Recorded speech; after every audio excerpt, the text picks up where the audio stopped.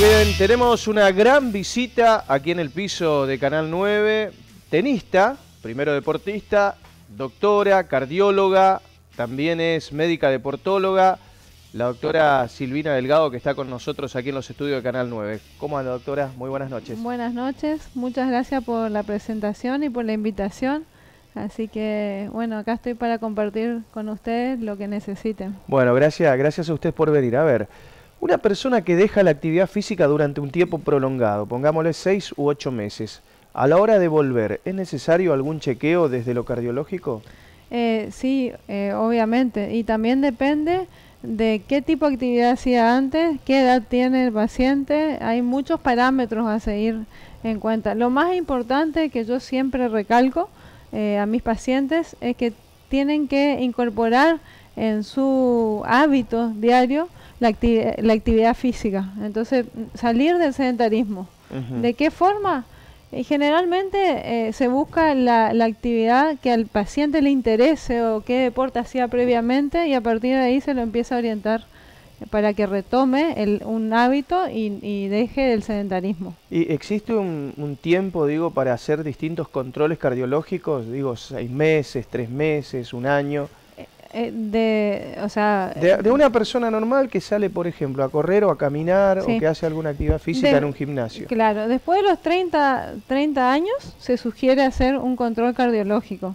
Y a partir de ahí se identifican los pacientes con antecedentes familiares y se evalúan aparte los factores de riesgo individuales.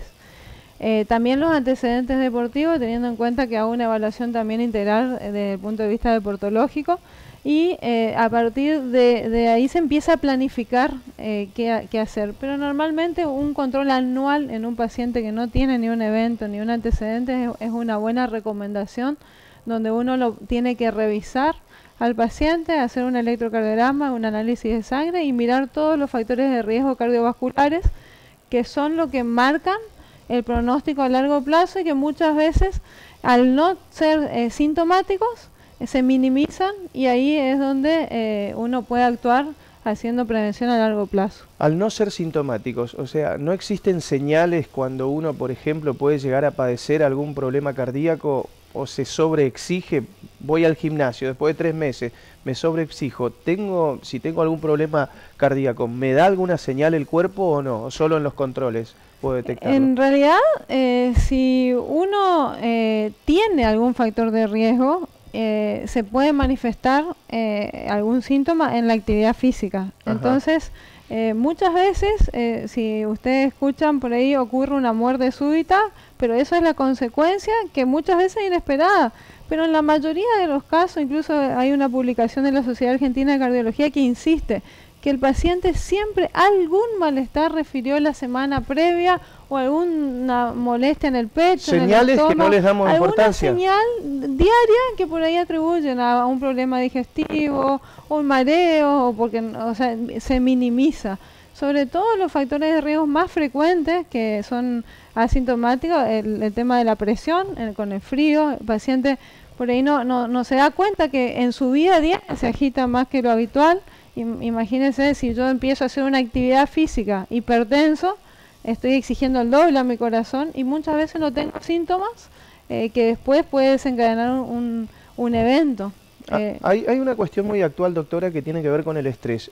Hace un par de semanas tuvimos a un médico traumatólogo y nos decía, el estrés también activa las lesiones, hablo de lesiones físicas, musculares y demás. ¿En el problema cardíaco también tiene que ver esto? Sí.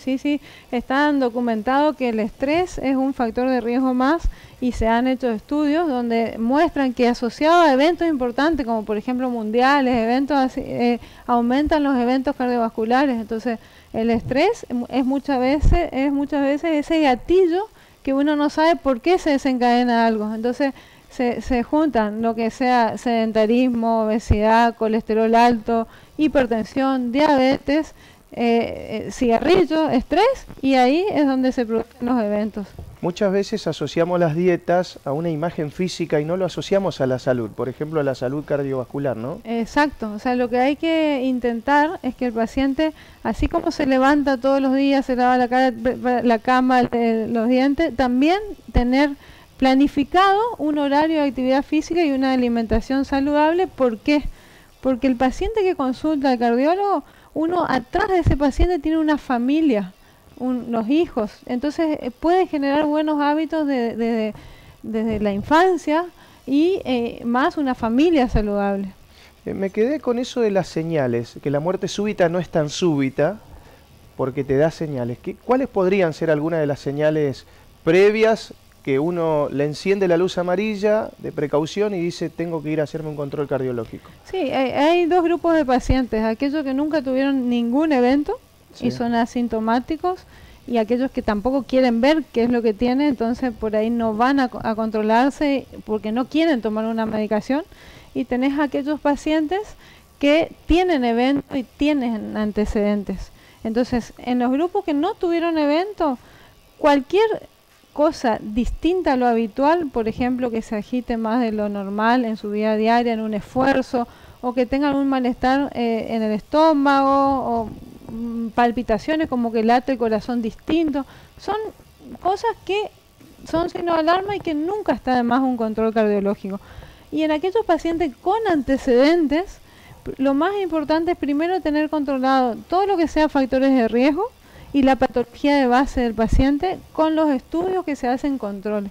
Porque el paciente muchas veces dice, no, si ya tengo mi arteria abierta, bueno, me pusieron un stent o porque ya me hicieron bypass, pero también existe lo que llamamos una adaptación a la actividad física, un entrenamiento, controles para no correr riesgo.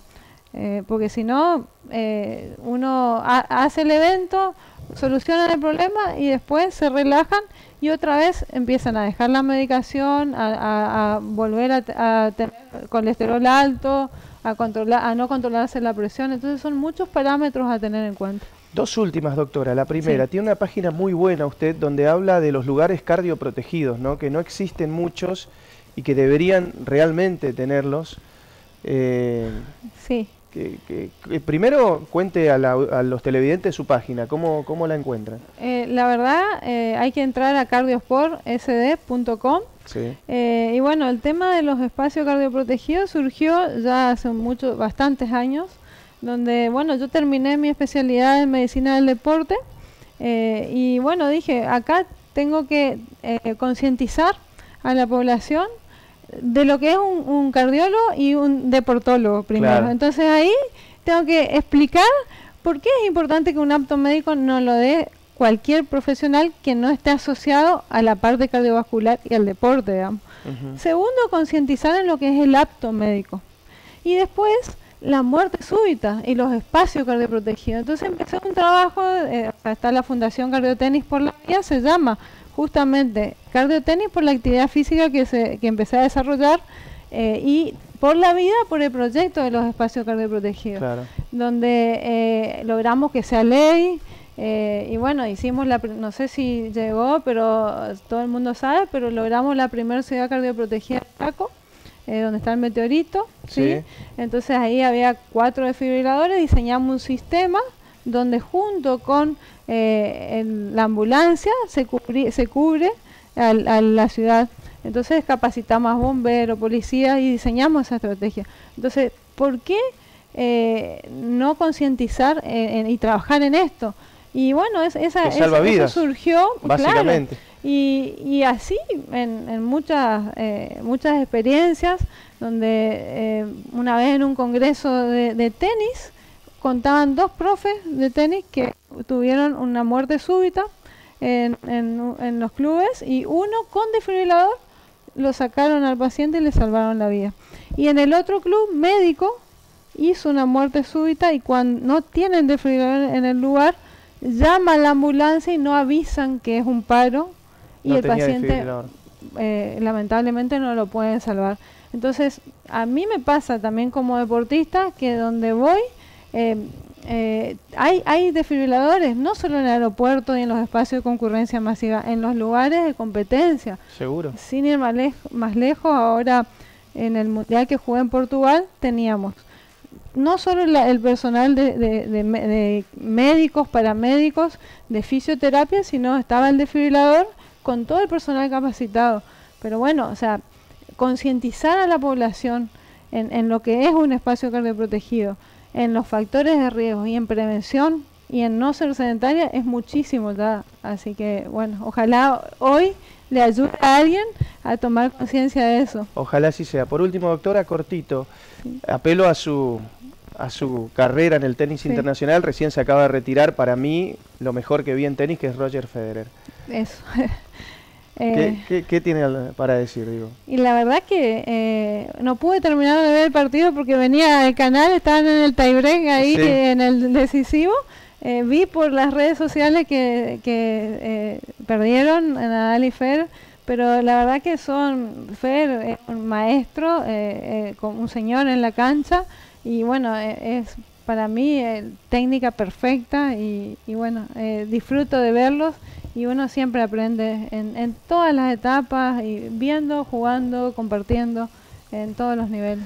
Prometo que la próxima vez que la invito, no la invito como doctora, sino como jugadora de tenis internacional, porque es número 1 en su categoría, ¿no? Así es, la verdad que sí, soy uno del mundo en single y en doble damas, y ahora estoy camino al sudamericano en Bolivia. Muy bien, muchísimas gracias, doctora. A ustedes. Muy bien, la doctora Silvina Delgado, cardióloga, deportóloga, jugadora de tenis, profesional, obviamente, estuvo con nosotros aquí un poco contándonos de los riesgos y demás de comenzar la actividad física y la cuestión de los lugares cardioprotegidos, ¿no? Que sin duda salvan vidas. También el hecho de que usted, si va a iniciar una actividad física o la está haciendo, se haga un control frecuente cardiológico, es un gran consejo, no solo por usted, sino también por su familia. Ahora continuamos con más información en Noticiero 9, edición central.